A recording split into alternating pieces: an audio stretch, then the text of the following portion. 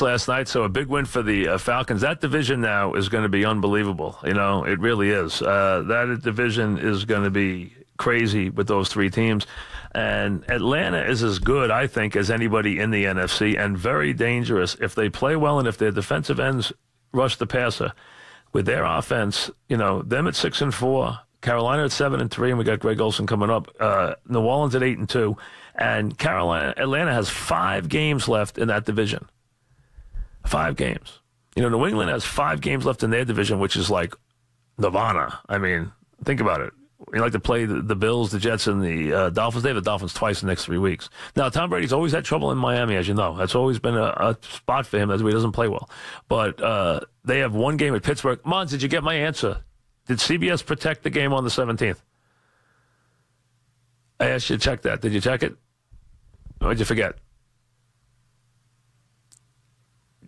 You didn't check it.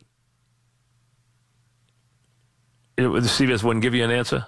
All right, find out. I want to know if that game is protected by CBS, because otherwise Dallas plays Oakland that night. They're definitely going to move that Pittsburgh-New England game to 8:30, but CBS might have protected it. I got to figure that if they had a game they could protect all year, that's the game they protected. The game is set for 4:30 on the 17th, but Dallas-Oakland, who cares? Everyone's going to want Pittsburgh, New England to be in prime time, but it might be a protected game. That's why I asked you to check with the network whether it's protected or not, because that game's on the 17th. Otherwise, New England just has 5 games left in the division and a game at Pittsburgh. And that game against Pittsburgh has a very good chance that will decide home field, because Pittsburgh's schedule is easy the rest of the way. You sure it's protected? Just get it. Just please ask the league if it's protected, so I know. Because I want to see, because otherwise that game's going to prime time. I want to know if it's going to be at 8 o'clock. I want to know if it's going to be at 4 o'clock. So that's the game of the year, New England and Pittsburgh. Because that game, if you look at both of them, there's a very good chance neither one might lose again. Now, Pittsburgh can always fall apart more than New England, but right now that game's setting up that way. In the NFC, you have New Orleans at 8-2, Carolina at 7-3, Atlanta at 6-4. Atlanta plays New Orleans twice and Carolina once in the last month of the season. So those games are going to be unbelievable. They have 5 games left in the division, and they are going to play those 3 games in the last 4 weeks of the season. It's going to be right there in front of them. It's almost going to be like it's going to be the playoff time for them. They're going to need those games to get into the postseason. Now, obviously, you have Dallas falling apart. You got Washington's already falling apart. You have, and I wouldn't be surprised if the Giants beat them this week. You have Green Bay falling apart. So you have Detroit and Minnesota. You have the Rams in Seattle, and you have the 3 teams in the South. Those are your wild card. Those are your division winners, your wild card teams. If you take 1, 2, and then the 2 in you got 4 for 2 spots is what you have as far as the wild cards go. And somebody decent's going to get left out. And you got the 3 teams in the South. It's going to be very, very interesting. In the AFC, it's all top-heavy. You have Kansas City, despite the loss, still has a 2-game lead. All right? And they're going to be okay. They play Buffalo and the Jets the next 2 weeks. And if they come here and it's not windy, it'll be a different showing, I promise you, than it was with the wind. And they come back here on the 3rd, as a matter of fact. You have Pittsburgh way out in front. You have, and then you have New England way, way long gone, having already, just locked things up with 2 losses. And Buffalo already has 5 and is going the other way, having lost 3 games in a row by outrageous scores. So they're going nowhere. And game is protected. Okay, good. So that game is not moving to prime time, because I thought that was, a lock to be moved. They might not even move now. I don't know what else they would move. I'll look to see what else they had on the 17th, but they might not even move because they have the Cowboys in Oakland. They might not even move because of that now. There might not be anything else that you can move there or want to move there when it's Dallas and Oakland, but you would have loved to move New England and Pittsburgh. So that game is protected. I figured it was. I just wanted to make sure that it was protected. So we got all that going on. We have a bunch of guests today. We have the Hungathon. Remember, again, I don't want to do it every minute, but I want you to not lose focus that it's there at 1-800-5-HUNGRY. 1-800-5-HUNGRY, 1-800-548-6479, and hungathon.org/WFAN, and then all the other items and everything else going on right there. College basketball underway. As a matter of fact, Wichita State, that would have been a great game to watch yesterday. They were behind Cal 15 points in the second half and beat them by 10 going away in that game. So they came back and won. They're playing at 1:30. As a matter of fact, they're playing right now, Wichita State. They're playing at 1:30. I don't know if the game's on TV today. It's probably on TV somewhere. They're playing in Hawaii at 1:30 against Marquette. My away team. That's my other team. If I have teams here like, I pull for Jay Wright in Villanova. I have my St. John's, who look like they're improved, although they haven't played anybody yet. And my other team is Wichita State, which is always my team every year. I root for them. They're my team. And they do a great job. And they're ranked like 6th this year, and they play so hard. And yesterday they were way behind. Way behind. They went to the press, and they wound up beating Cal 92-82 with a tremendous comeback. They're on right now, huh? Oh, they're on ESPN? All right, we got to check it out. They're on ESPN. Let me flip over there for a second and take a look at that. Get off the CNBC for a second and hop over there and see what's going on. That game just getting underway. See how they look today against Marquette. I don't know if Marquette's any. You see, a lot of teams right now, I don't know if they're having good years or bad years. Like, I don't know if Cal's any good or they just had a good night. I don't know how Marquette is this year. I just don't know. But I know that Wichita State's really good and is going to be a very, very good team again this year. LSU beat Michigan last night. They'll play Notre Dame in the other semifinal of the Maui Jim Invitational. As you see the guys in the ugly Hawaiian shirts. And ugly Hawaiian shirts, everyone wears them, but they're ugly. I mean, they look terrible on TV, Hawaiian shirts. They really do. But they like to wear them. What can you do? All right, Lee starts us off. What's up, Lee? Hey, Mike. Yes, Lee. Lee, you're going to wait a half hour and then say something I don't even care about. Judd, let's go, Judd. Get us off to a better start. What's going on?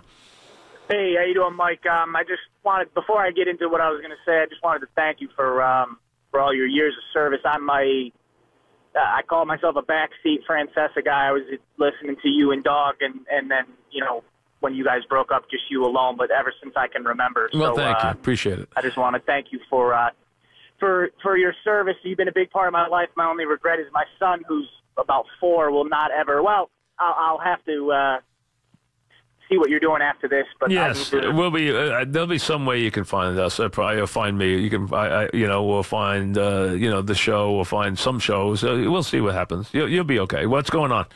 I just wanted to know what you thought. I know back before you started. Actually, with Dog, you did. You correct me if I'm wrong. A lot of research, and you are very knowledgeable about college football and basketball. I did a lot of work on that. I did CBS TV I was an analyst on TV. I was one of the first non-coaches or players ever to be on network television, as a full-time analyst for CBS. So I did the NCAA tournament for 12 years, as a matter of fact, for CBS.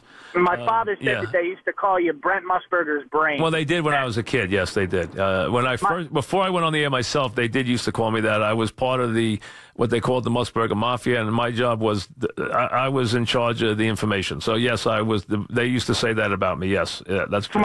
My question to you, though, is that I'm curious who you think, and it doesn't even have to be a college football and a college basketball team that have actually won the championship, but who, and I'll hang up and listen when I'm done, who's the most dominant college football team, in your opinion, that you've ever seen? The Triplets. That's easy. The Nebraska Triplets were the most dominant team I ever saw. I thought you might say Nebraska. What about nothing close? Nothing close. Those guys averaged the first down per play. I mean, they were the best team. That night when Miami beat them, Tom Osborne handled it the right way, and he had Rozier on a sprained ankle. Otherwise, they never get close to him, and they wound up beating him. And I picked Miami to win that game, and I readily admit that although they were 2-touchdown underdog, and I picked them to win outright, I would not have been right if Rozier hadn't sprained his ankle. I remember them playing that on ESPN Classic years and years ago. But what about college basketball? Who do you think is the most dominant college basketball team that you've ever seen? It had to be a team that didn't win a championship. It had to be Jordan's junior year. Jordan's junior year, it was absolutely criminal that team didn't win a national championship. Actually got beat in the regionals by Steve Alford and Indiana. And really, it's amazing. He got beat by Bob Knight's Indiana team. And it's amazing that that was the case because that team was so good. It was unbelievable. And you realize any team with Michael Jordan on it, not winning a championship, remember, Jordan won the championship as a freshman, did not win it as a sophomore or a junior. And his junior team also had Kenny Smith on it and other pros. It was a tremendous team and really disappointed by not winning the championship. That team should have been, I would say, though, the team that I thought was the best team, Ewing's junior year team that won the national championship, was an impossible team to play against because you had Gene Smith, who could lock up any guard in the country. You had Ewing, and you had Michael Graham, who was just a fierce inside terror on the boards, and also the guys like Wingate and Martin and Jackson and guys like that and Brown, and you know what? They were just an impossible team, and they could lock you up. They held Kentucky scoreless for 13 minutes in the Final Four. They just shut them down with their defense. Best defensive display I ever saw in my entire life. It was unbelievable. Kentucky could not get a shot off against them and did not score for 13 minutes against their defense. And it was so crazy that Joe B. Hall, through his program in the stands, he was so frustrated by what was going on. That's how crazy it was. And they could lock up anybody. They were an unbelievable defensive team. Really remarkable defensive team. They had times when they didn't shoot great. You know, they always didn't shoot unbelievably, but they could lock you up. They were really amazing in that regard. Charlie in Westchester, what's up, Charles? Hey, Mike. First time, long time. Thanks for everything. Thank you. What's happening? No, I have a question about the Knicks. I'm a big Knicks fan, and I'm just curious what your opinion is. I feel like they have a very strong front court and could use a little help in the back court. You know, between, I mean, they're obviously not going to move Porzingis, but you have O'Quinn, you have Cantor, and you have Hernan Gomez, who have all shown to be like the serviceable guys. Do you think that they try and make a move for somebody in the backcourt? Listen, they have to get better in a lot of areas, especially on the wings. The problem they have right now is they don't have a reliable second scorer when Porzingis is not on his game. That is the biggest problem for them, is that Porzingis has to be good for them to be good, because they need him to score at such a regular rate, because they, you know, and the Clippers aren't a good indication, because the Clippers are just a horrific team. And Porzingis has been in a little bit of a slump. Now, he did score 25 points last night, but didn't shoot it well. Been in a little bit of a slump shooting the ball. But he did get to the line and go to 9 for 9. Now, I talk about that every night. Those are the nights when he goes 7 for 20. The 9 for 9 is the difference. Those are easy points. They're free. That's the difference. And the Clippers are a terrible team right now. So that has no idea what they're doing. But they don't have another reliable scorer on the team. And they need one who they can depend on to get 20 points, to be the guy whenever he doesn't have his big game. That is the difference. I mean, it really is. And they need that in the worst way, and they need to get much better as far as the ability to shoot in the backcourt. It has to be there, and right now it's not there. Wichita State out quickly on Marquette. You got to watch Wichita State. They'll get away and run and hide very quickly. John in Queens, what's up, John? Hi, Mike. What's happening? Do you think that the Yankees are going to try to get Stanton? I don't understand it. I would not. I don't think this makes any sense. Doesn't make any sense. It doesn't make any sense to me to take on that kind of expense for power when you have the amount of right-handed power they already possess, and they have under very agreeable terms for years to come. So it does not make any sense to me. Now, I understand what they're thinking. If we can get him without giving up any of our top players, which I don't understand why anybody, and that includes Derek, would make a trade that did not bring back jewels from the Yankees. Why would you even think of trading a guy who had 59 home runs and not bringing back the other team's best players who are under control? I understand he has to trade them economically. I understand that. I completely understand that. But what I don't understand is how he couldn't bring back the best. I mean, guys like Torres and more have to be in that deal before I'd even consider it if I'm Miami. I don't see it as a match. I'd be very surprised if it happens. David in Woodcliff Lake, what's up, David? What's up, Mike? How you doing, bud? Good. What's happening? Yeah, that's the West, my friend. Clyde Frazier's quote of the night last night, and then I have a comment. He goes, Porzingis, McDermott, and Cantor. That sounds like the best law firm. I'll let them litigate me. I thought it was a great line. Well, listen, I thought it was a great line. As long as they make some shots, that's fine. And as a matter of fact, Clyde's in the studio with us tomorrow, so we can chat with Clyde about the Knicks tomorrow. And now there's something fun to talk about with them again. You know, it really is. And a guy like McDermott can help them. He can make some baskets. He can do some things, and that's a positive. All right, let me get you updated on the auction items, which we'll do every hour. The Yankees Legend seats, $1,300. That's on the call-in line. The bids on the 1 o'clock auction items, final bids on those items for those guys. Jets and Chiefs, $2,050. Devils package, $2,300. Joe and Evan Studio, $2,025. Nets ball kid experience, $1,500. Islanders Sabres, $1,800. Now, to our items that we've opened up right now. Knicks ball kid experience, $1,800. Giants Redskins package is at $1,100. The Bernie Williams autographed guitar at $1,300. The limited edition Mickey Mantle's at $5,000. We already have a bid on that. You'd have to top the $5,000 for that. The Steve Summers studio visits at $650. There is no studio visit for me because of obvious reasons. Billy Joel tickets with the autographed guitar is $1,600. And the golf lesson with Jim McGovern is at $850. That's where we are right now. Early on, we'll get to those. Remember, 1-800-5HUNGRY, 1-800-5HUNGRY, hungathon.org/WFAN. And remember, we have someone matching. So any donation you make will be increased by 50% by a generous donor who has agreed to do that in honor of this being my last Hungathon. I don't know who it is. They told me the person will reveal himself to me later on privately.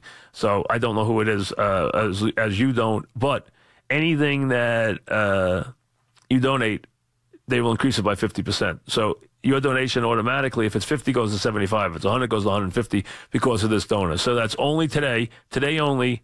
This is in celebration of, my last Hungathon. 50% because they're happy to get rid of me. So just 50% more. Matching gifts up to $10,000 they'll match. You do 10, they'll make it 15, which is pretty nice. If you want to do 10, no one's asking you to do 10. If you could, that's up to you. So turn any donation into a double at 1-800-5HUNGRY, hungathon.org/WFAN. We'll update those auction items. Every hour they're open throughout the entire show. And you got the guitars, and you got tickets to games, and all the different stuff. And there's two phone room things. One is the Legends tickets, and the other is tickets to see the Paley Center. Okay, that's just a regular show. I understand that. Whatever you give for that, I will make sure that you get taken care of that afternoon. We'll get you whatever you need as far as my end of it. But, that's just coming to watch the show that day. So understand that. That's all that is. We're going to do a show there on the that's the last broadcast that we'll do in public. But, again, that's going to be in the broadcast center at the Museum of Broadcasting at the Paley Center, which holds maybe 200 people. That's all it holds. We're not putting any tickets on sale. Those are just, we're going to give some away to callers, and the rest are just going to be people who are, friends or family or people who are from the fan. That's all that's going to be in the audience that day. Bob in Manalapan, what's up, Bob? Hi, Mike. How you doing? What's happening? That UCLA, those three guys that were caught shoplifting, right. They're suspended, right? Indefinitely, yes. And the same thing's going to happen. Like Krzyzewski last year suspended Grayson Allen for all his antics, but he brought him right back. Well, that's different level of stuff here, though. I mean, Grayson Allen was guilty of tripping somebody on the court. But you could be sure, since they lost last night, those three guys will be back for the conference. I don't believe they'll be back. I think if they dare to bring them back on the court this year, it will come down on them so hard that if they are not suspended for the year, you will see how much they wish they suspended them for the year, how angry the reaction will be from everybody if they just suspend it. Now, everyone is under the assumption that they are suspended for a long time. If they try that stunt, it will be one they wish they didn't try. So I don't agree with you that they'll bring them back that quickly. And there's talk that some of them might not even come back to the school. So I don't agree with you that they're coming back for the conference schedule. If they do, like I said, it would be the worst call of their lives. UCLA will rue the day they did that. That's how strong the reaction will be. That's how negative the response will be if they ever gave them a slap on the wrist. Because the understanding is that that's not what's coming. So I would think that's hard to believe. See, people get crazy. I've said this a million times. People get crazy when there is an in-between level. Patino got suspended. Boom, fired. Charlie Rose got suspended. Boom, fired. It doesn't happen in a day. Now, I'm not saying that they are yet going to take these three and tell them they can never go to school there again. But I do not believe they're coming back after 3 games or 4 games. If they do that, it will be a disaster for UCLA. That UCLA will have misread the feeling of everybody if they do that, because nobody wants to see that happen. Chris in New Haven, what's up, Chris? Hey, Mike, how are you? Good, what's happening? Not much. On the Jordan game, 84 with UNC. Yeah. When I remember Kenny Smith broke his hand. He did. Right before that. Not right LSU. before that. It was earlier than the season. It was about 6 weeks before, if I remember. So, And but it did throw them off. It did throw them off, but they still were an incredibly talented team. They finished 28-3, and I still, I could just look up the box score quick, and Kenny Smith only had 8 points in that game. I understand Indiana. that. I understand that, but still, how did they lose to the people they lost to? Dan Dakich guarded Michael Jordan. Right. So think about that. Dan Dakich stopped Michael Jordan in a playoff game. Well, Alfred went off, didn't he? But the point is that they got beat in a game. There's no that you asked me the most talented team I ever saw physically. He asked me in person the most. I didn't say that's the greatest team of all time. I said it's the most talented team I've ever seen in person. The Jordan Junior year team. It didn't win. Now, I didn't say it's the greatest team of all time. I never said that. He asked me the most talented basketball team, college team I ever saw in person. That's the team I gave him. And that team lost and was bitterly disappointed. And you're right, Kenny Smith, in a fall at the Meadowlands, broke his wrist and actually was hurting the rest of the season. But that team was so talented, it still should have won. And it was a huge upset when Knight beat him in the regional semis. Ed in Guilford, Connecticut. What's up, Ed? Hey, Mike. How you doing? Good. What's happening? Nothing. I'm watching this McDermott over the last couple of games. Where is this kid been? How is he not a Kyle Korver, J.J. Redick, J.R. Smith? This guy is a classic sniper. Well, remember, this is a guy, if you watched him in college, he played great. Great. But the feeling was he needed to get his sea legs, and the question was whether he was going to be quick enough to play in the pros. We knew he could shoot. The question was the game going to be too quick for him? And you're seeing now that he can start to become that kind of player, okay? Yeah, classic sniper. That's exactly. Catch and shoot, sniper, play 20 minutes, get his shots up, get some points. And you've seen him do some things, backdoor cuts, do some other things, go without the ball, movement, that kind of stuff. So, yes, he can become that kind of guy, and I agree with you. He's a positive. Rob in Yorktown, what's up, Rob? Hey, Mike, what's going on? What's happening? Let's just want to wish you the best the rest of the way, okay? Thank you. Listen, quick question. I heard your interview with Eli yesterday, and you talked about the Super Bowl, the first Super Bowl against the Patriots. Yes. And it kind of hit me that the 2 major Super Bowl upsets in history were won by both New York teams.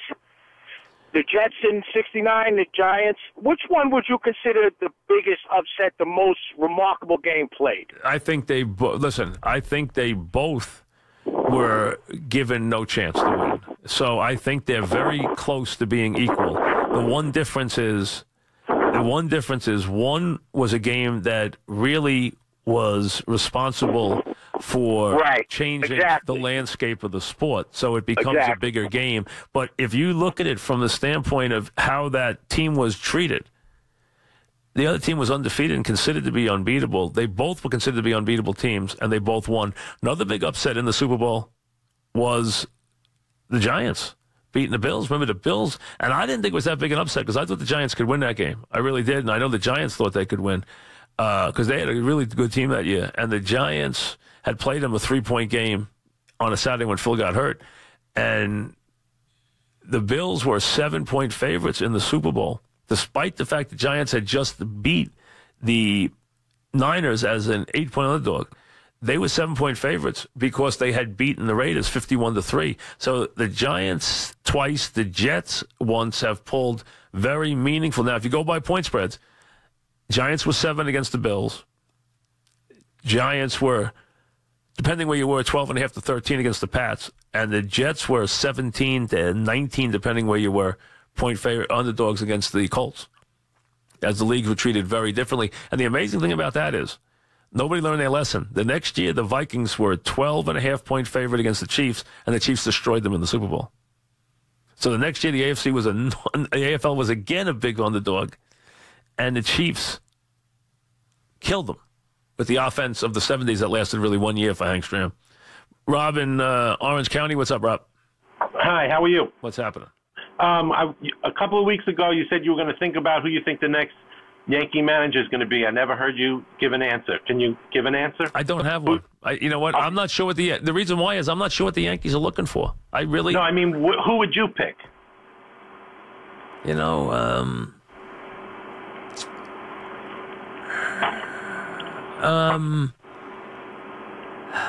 I don't know. I really, you know what? I've not even, because the Yankees have been going in no direction that, you know, they're just going all over the place for candidates. I really have not given it a lot of thought as to who I would pick.